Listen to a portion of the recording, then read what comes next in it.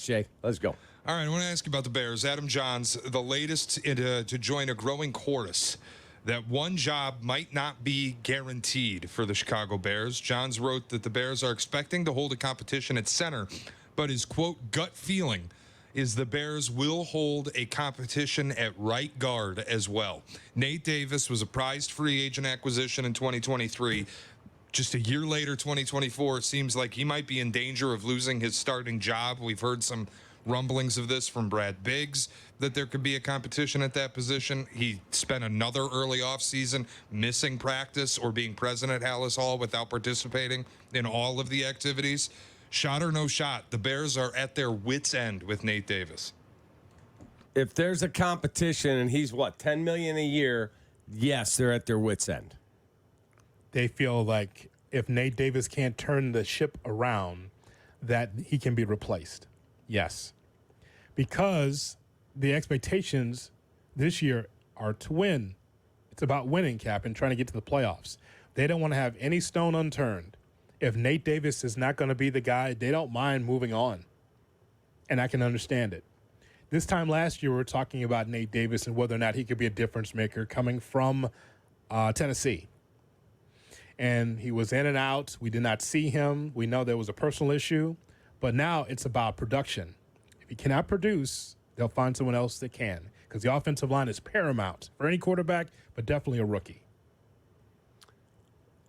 Boy, it is just you've got to be locked in on, what did you call it, an iron gate? That's what you call the offensive line? Iron fence. And we don't have that unless somebody wins a competition and earns that spot there. Gotta have it. Gotta have it. Saying Coleman Shelton starting center, Ryan Bates starting right guard. Okay. This fall from grace for Nate Davis. I mean, he was the first free agent they signed in 2023.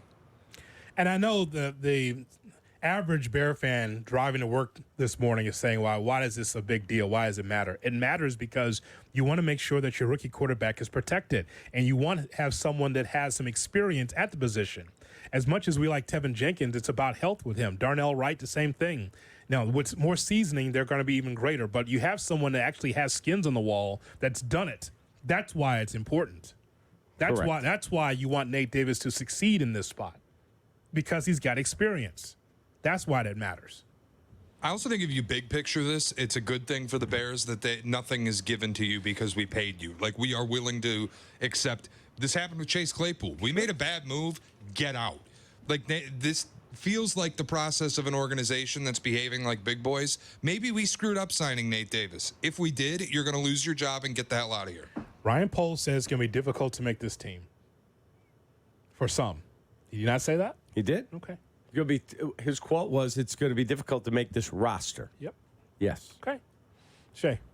Justin Fields met the media in Pittsburgh. He was asked about some of the differences between being in Chicago and his new home with the Steelers. Me being in two different places now, I realize that you don't get this culture everywhere. Shot or no shot, he was taking a shot at the Bears. Wow. Play it again.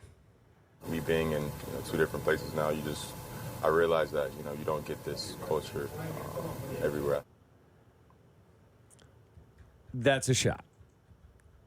That is a shot. When you listen to it closely, me being in two different places, you realize you don't get this culture. Yes, that's a shot. Okay. And by the way, he's right to say that. Also, Tomlin might be the best at setting culture in pro sports. But the point is that he's right to say that. It's Mike Tomlin, after all. To the average Steeler fan, they're rolling their eyes. They're like, okay, where's mine? It's been a while since the Steelers were on top. I get that. But if nothing else, you've got consistency there. All I ever want from my team's Cap is to be able to be in the mix. Whatever you want to think about the Steelers, underachievers and feeling like they should always be in the Super Bowl, at least they're in the playoffs. At least they're over 500. At least they're trying, right? And Mike Tomlin is a stable force. The Steelers are a loyal franchise and been a strong franchise for a long time. And so for Justin Fields to look at Mike Tomlin, the Steelers, and look at that culture and that history, you can understand why he'd say that. Yes. It's a shot at the Bears, sure, but at the same time, he's right. It's also more praise for Mike Tomlin. He's right. Agreed. He's right, and he's right to say that. You got Matt Eberflus, who I don't know if he's a long-term answer as head coach. Again, he was part of a franchise that was resetting, rebuilding around Justin. He's right about that. Mike Tomlin and the Steelers, whatever you think of them, compare them to the Bears. Yeah, different. Yeah. Yeah, he talked about Tomlin. He said he's never been around a coach who's as committed to the process with the players as Mike Tomlin. Well, it's got to sting Eberflus and Ryan Day a little bit, huh? hey, man, listen, he's right about that because we're talking about still a very young coach in this league in Eberflus. Yes, he's been around as a coordinator, but as a leader of men, yeah, Tomlin has the leg up there. I mean, Eberflus can go around and talk to player, and let's go, man. Ooh, Dragon Slayer. Right. And so do all that, but that's not the same as Tomlin. Well, Tomlin's got this proven track record of being amazing at his job. Yes. Amazing. And the threat to kill you if you underachieve. Correct. Flus has to get there. Shay. All right, the Bulls, per a report yesterday, had an opportunity to trade Alex Caruso in February at the trade deadline. There were multiple offers for multiple draft picks, including a top 10 pick in this year's draft. The Bulls did not trade Alex Caruso because of a mandate from ownership to try to make the playoffs. Well, your gift for that is you lost your second playing game, and now you're basically going to be forced into trading Alex Caruso in the final year of his contract for half the return, if that, since you're not giving him up for a year and a half anymore. It's going to be a half a year rental. Shot or no shot, the Bulls are the dumbest team in town. If that story is true, and I've praised Will Gottlieb a lot, I think he does a really, really good job on that beat. If that story's true, then the front office has their hands tied. I mean, what are we going to hear the next report? They made him take Patrick Williams over Tyrese Halliburton? We had Arturas on. This is the last time that I remember him being on this station, at least with us. And he said, yeah, we liked Halliburton a lot. He tested really well, but we went for the grand slam with the athleticism of Patrick Williams. So what is the next report that's going to come out of there? Because if that's true that they wouldn't take a top 10 pick, that's embarrassing. Well, if that is true, then they are the dumbest team in Chicago sports. There's no doubt. And I can go a step further and start to think about the lack of moves by the Chicago Bulls. Is that because of Michael Reinsdorf, or is it because Arturas Karnisovas and Mark Eversley are just not doing their job well enough? See, if you don't make this move for Alex Caruso, Shay, it makes me think about all the other stuff that they could have done but did not. Like, for instance, we'll go all the way back to Zach LaVine. The Zach LaVine deal. Many thought you could part with Zach LaVine. He's a guy that's a good player if on a good team, like a third or fourth good player, but he's number one on this team, but that didn't say a lot for the Chicago Bulls. I wonder, did Karnisovas want to sign that deal for Zach LaVine? Did he want Zach on the team? Who knows? All I know is that if ownership is sticking their beak in there and making calls like this, if that is true, then that is a slippery slope.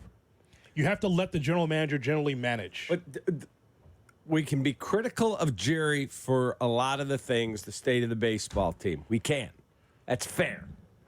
But the one thing people who have worked for him have always said, other than sticking his beak in when he did the Tony hire, he let them do whatever they needed to do. If this is a true story, that refutes all of that. Then all that goes out the window if Jerry or Michael is telling Arturas, no, you can't trade for a top 10 pick. Because that is about as dumb as I've heard. If that is true, and I'm pushing Jerry out of the conversation for once. This is Michael. It's Michael Reinsdorf. Yeah. If it is true that Michael Reinsdorf said, no, let's not do that because you're trying to get to the playoffs. Let me just tell you this. If you need Alex Caruso to get to the playoffs, then you're not a good basketball team. He's a good player. But if you looked at that team and went, well, we got to keep Caruso because I think we can make a run, then you don't know what you're doing. Yeah, I mean, for a good team, Alex Caruso is a key player. LeBron wanted Alex Caruso for this last run. He wishes he had him. Because they played so well together.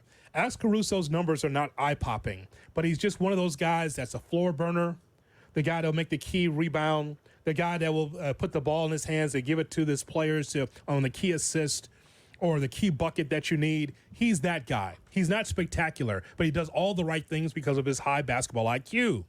If it is true that Karnisovas and Eversley are handcuffed, no wonder they haven't done anything. Seriously, for 3 seasons, haven't done anything? I know that the big bluster from AK talking about it, we got to change this roster, you got to change the roster. I want to see how you're going to do that and think that you're going to be a better basketball team. And I'm not sure that they can. Well, I think we're going to see it play out. I mean, NBA free agency, the new rules Brian Windhorst reported yesterday, it starts today. At the end of the NBA Finals, contracts are open. We're going to find out pretty quickly, because if they just go the route of let's extend Alex Caruso, keep him here long term, they bring back DeMar DeRozan, either AK and Eversley are totally incompetent and have no way of forecasting what's going to happen to a team when you bring back the same guys and you were already bad, or they're completely handcuffed and don't have the ability to make their own decision. We'll see how that works out. He makes these bold proclamations at the end of the season, Shay, that he's going to make changes. Doesn't like the roster. Okay, what are you going to do about it? No one told you to sign Zach LaVine.